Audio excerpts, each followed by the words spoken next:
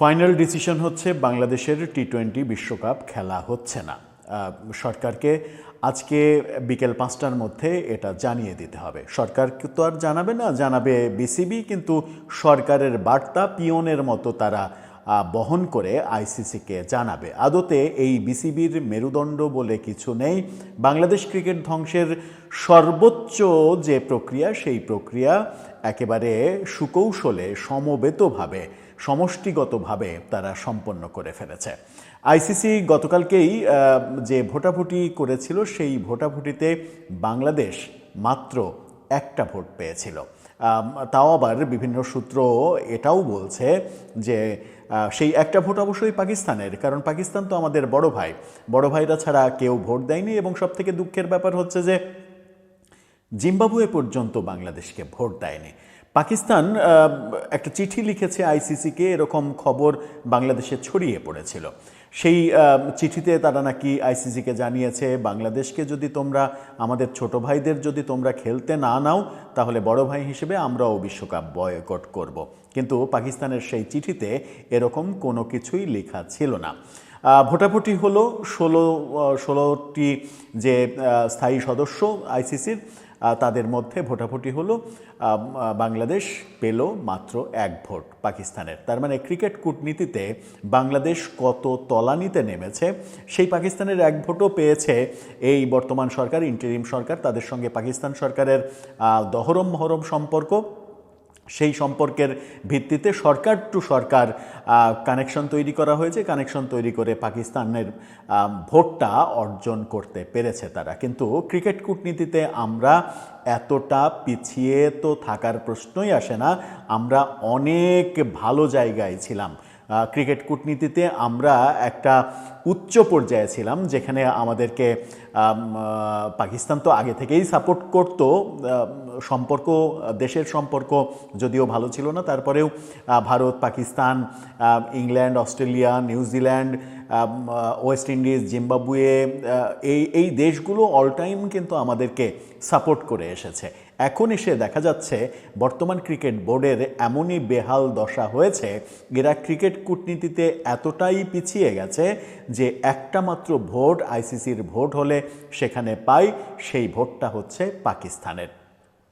কি হতে চলেছে, আজকে কি সিদ্ধান্ত জানাবে বিসিবি? সর্বশেষ সরকারের সঙ্গে গত গভীর রাতে বিসিবির একটা বৈঠক হয়েছে। সেই বৈঠকেই বা কি হলো, সরকারের পক্ষ থেকে কি বলা হচ্ছে, বিসিবি সভাপতি কি বলছেন, বাংলাদেশের ক্রিকেটের ভবিষ্যৎ আদৌ কিছু আছে কিনা, চলুন একটু জেনে দেখব এই ভিডিওতে। সম্ভবত বিশ্বকাপ কেন্দ্রিক এটাই শেষ আলোচনা হবে। এরপরে আর টি-20 বিশ্বকাপ কেন্দ্রিক আর কোনো আলোচনা থাকবে না, যেহেতু বাংলাদেশ টি-20 বিশ্বকাপ খেলছে না। কারণ খেলার একমাত্র শর্ত, যদি খেলতে চাও আজকে বিকেল 5টার মধ্যে জানিয়ে দাও যে তোমরা ভারতে গিয়েই খেলবে। থাকবেন পলিটিক্স টিভির নিয়মিত আয়োজনে।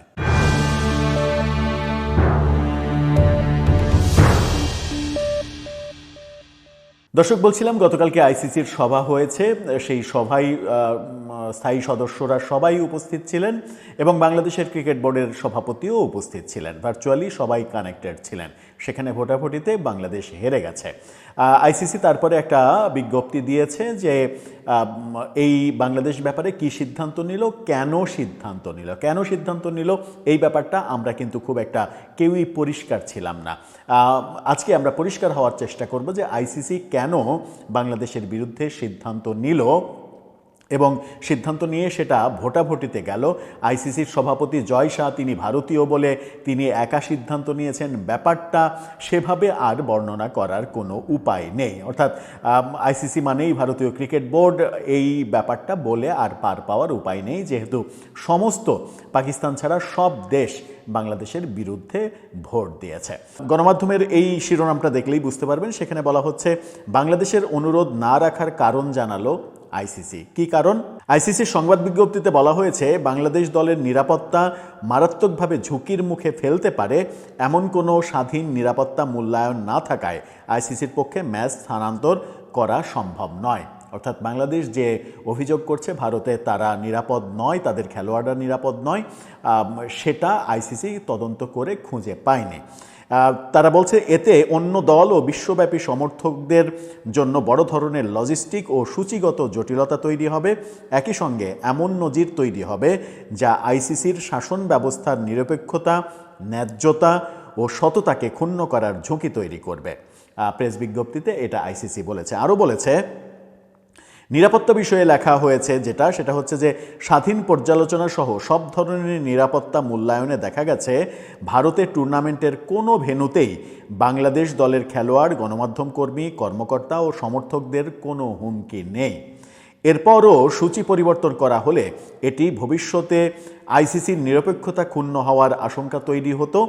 বিজ্ঞপ্তিতে বলা হয়েছে, কোনো বিশ্বাসযোগ্য নিরাপত্তা হুমকি না থাকা সত্ত্বেও সূচি পরিবর্তন করলে ভবিষ্যতের আইসিসি ইভেন্টগুলোর সংবেদনশীলতা ক্ষুণ্ণ হওয়ার পাশাপাশি বৈশ্বিক নিয়ন্ত্রক সংস্থা হিসেবে আইসিসির নিরপেক্ষতা প্রশ্নবিদ্ধ হতে পারে, এমন একটি নজিরও তৈরি হতে পারে। অর্থাৎ আইসিসি স্পষ্ট বলছে যে যদি বাংলাদেশের এই দাবি, যে দাবিটাকে তারা মিথ্যা দাবি বলছে, আদতে তারা ভারতে বাংলাদেশের নাকি কোনো ধরনের নিরাপত্তার শঙ্কা নেই সেটা বলছে, তারা তদন্ত করে সেটাই পেয়েছে। তা সত্ত্বেও যদি বাংলাদেশের দাবি মেনে নেওয়া যেত তাহলে আইসিসির সার্বভৌম যে ক্ষমতা, সেই ক্ষমতা প্রশ্নবিদ্ধ হতে পারত। একটা গ্রহণযোগ্য পয়েন্টে তারা কিন্তু কথা বলেছে যে অভিযোগ করা হচ্ছে সেই অভিযোগের তারা সত্যতা খুঁজে পায়নি সেহেতু তারা এই দাবি মানবে না। এদিকে আমরা দেখছি যে এই যে বিসিবির সভাপতি, যাকে আমরা অনেক বেশি স্মার্ট এবং যোগ্য মনে করি, আমিনুল ইসলাম বুলবুল, ইনি যে নিজের মেরুদণ্ডহীনতায় ভুগছেন, তার যে নিজের মেরুদণ্ড নাই, সরকার যা বলছে তাই করছে, ক্রিকেটের সার্বিক ক্ষতি, ক্রিকেটের ভবিষ্যৎ, এগুলো যে তিনি সরকারকে বোঝাতে ব্যর্থ হয়েছেন সেটা প্রমাণ করে তিনি মিরাকলের আশায় আছেন। তিনি এখনও মনে করছেন যে কোনো একটা মিরাকেল ঘটবে, সেই মিরাকেলে বাংলাদেশ খেলবে। প্রথম আলো শিরোনামটা দেখে নিন, সেখানে বলছে বিশ্বকাপে খেলতে মিরাকেলের আশায় বিসিবি সভাপতি। মিরাকল ঘটবে, মিরাকলের আশায় তিনি বসে আছেন। আবার তিনি এও মন্তব্যও করেছেন, আর একটা সংবাদ মাধ্যম বলছে যে তিনি বলছেন যে বিশ্বকাপ কে খেলতে না চায়, বিশ্বকাপ খেলতে কে না চায়, এরকম একটা অসহায় উক্তি তিনি করেছেন এবং তিনি বুঝিয়ে দিয়েছেন যে এই ব্যাপারে আদতে তার কিছুই করার নেই। সরকার গোঁ ধরে বসেছে তার কথায়, অর্থাৎ আসিফ নজরুলের কথাই বাংলাদেশের ক্রিকেটের ভাগ্য নির্ধারিত হবে। আসিফ নজরুল যা বলবেন তাই হবে এবং সেই আসিফ নজরুলের সঙ্গে গত রাতে বিসিবি বৈঠক করেছে, এরকম খবর একটি গণমাধ্যম নিশ্চিত করেছে।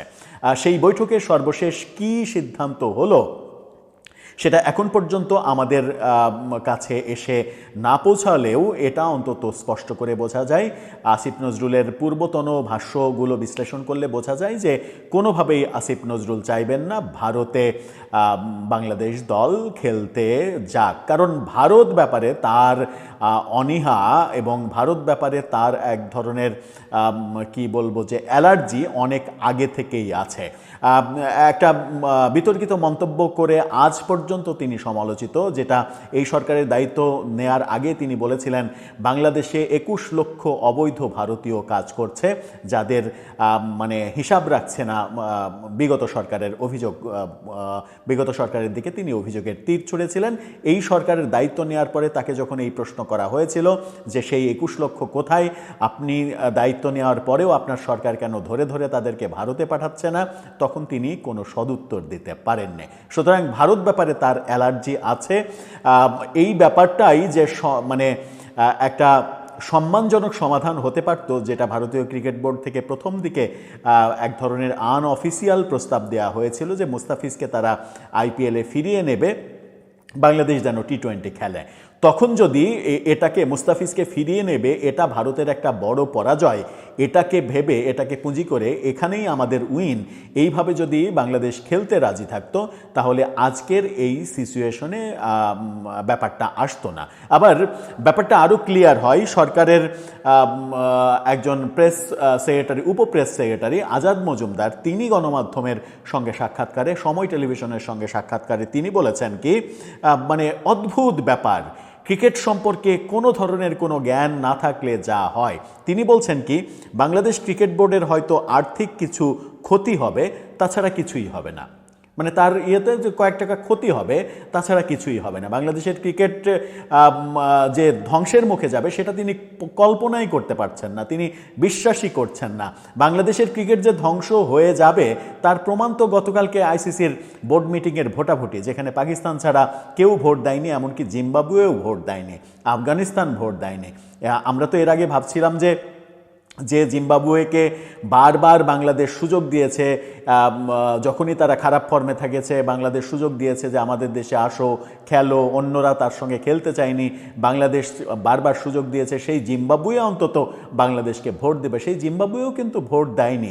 এটাই ক্রিকেট কূটনীতি। এবং ক্রিকেট কূটনীতিতে বাংলাদেশ যখন পরাজয়ের চরম গ্লানি মাথায় নিয়ে হাঁটছে কিংবা হাঁটতে বাধ্য হচ্ছে, তখন বিশ্বকাপে খেলতে যাব না যাব এই সিদ্ধান্ত নেয়ার নৈতিক অবস্থান আর বাংলাদেশ ক্রিকেট বোর্ডের থাকে কি না সেটা একটা বড় বিষয়। এর আগে ভাবছিলাম যে এর আগে একটা ভিডিওতে বলেছিলাম যে ভবিষ্যতে এটা হতে পারে যে সেপ্টেম্বরে ভারতের বাংলাদেশ সফর আছে, তার আগে অস্ট্রেলিয়ার বাংলাদেশ সফর আছে, এরকম বড় দলগুলো হয়তো বাংলাদেশে এরপরে খেলতে নাও আসতে পারে দ্বিপাক্ষিক সিরিজ।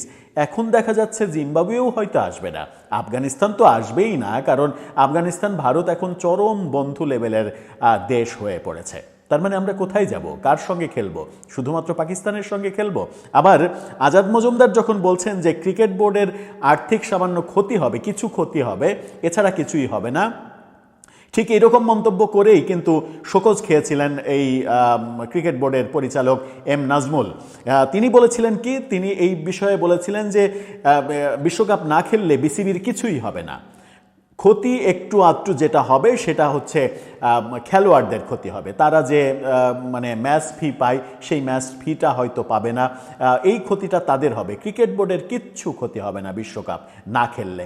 এই রকমের অথর্ব লোকজন বাংলাদেশের ক্রিকেট বোর্ডের দায়িত্বে রয়েছে। এখন বিষয় হচ্ছে যে সিদ্ধান্ত তো মোটামুটি ফাইনাল, মানে এটা আনুষ্ঠানিকভাবে জানানো মাত্র, মেল করা মাত্র যে আমরা বিশ্বকাপ থেকে নিজেদেরকে কুইট করে নিচ্ছি। তার মানে বাংলাদেশ বিশ্বকাপ, এবারের বিশ্বকাপ খেলছে না। 7 ফেব্রুয়ারি থেকে যে বিশ্বকাপ শুরু হচ্ছে সেই বিশ্বকাপে বাংলাদেশ যাচ্ছে না। পরে কি হবে পরেরটা পরে দেখা যাবে, কিন্তু এর পরে যা হবে, এই যে ক্রিকেট কূটনীতিতে পরাজয় হলো এবং চরমতম পরাজয় হলো, লজ্জার পরাজয় হলো, এই পরাজয়ের পরেও এই ক্রিকেট বোর্ডের কিংবা ক্রিকেট কর্তাদের আদৌ কি দায়িত্বে থাকার কোনো ধরনের অধিকার আছে? আবার এই ক্রিকেট কর্তারা যদি মনে করেন যে সরকারের দ্বারা বাধ্য হচ্ছে তারা এরকম অবস্থায় আসতে, তাদের যদি কিছুই করণীয় না থাকে, তাদের যদি অন্তত একটা মেরুদণ্ড থাকে, তাহলে তারা পদত্যাগ করলেই পারে। স্পষ্ট বলে দিল যে আমি এটা পারছি না, আমি সম্মান নিয়ে এখান থেকে সরে পড়লাম, পদত্যাগ করলেই হয়। পদত্যাগও করবেন না, তাহলে কিভাবে বোঝাবেন যে আপনাদের মেরুদণ্ড আছে?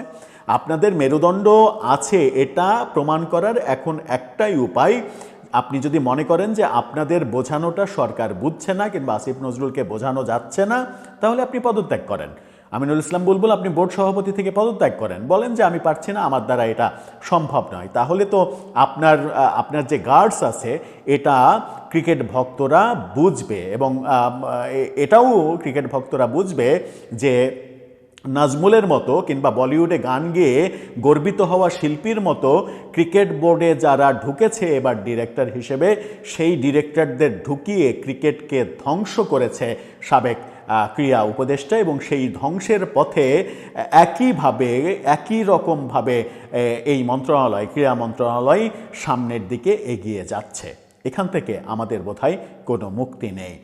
আগামী বিশ্বকাপে আমাদের অন্য দেশের খেলা দেখার দর্শক হয়েই থাকতে হবে, আমাদের লাল সবুজের পতাকা উড়বে না, আমাদের লিটনরা খেলবে না এবং তারা ঘরে বসে থাকবে, তাদের তো কোনো ক্ষতি হবে না, ওই ম্যাচ ফি যা পেত সেটা পাবে না, এটুকুই ক্ষতি। ক্রিকেট বোর্ডের তো কোনো ক্ষতিই হবে না, আর তারা কোনো ক্ষতিপূরণও পাবে না, কারণ হচ্ছে যে তারা যখন খারাপ খেলে তখন তো আর বিসিবি বলে না যে তুই টাকাটা ফেরত দিয়ে যা।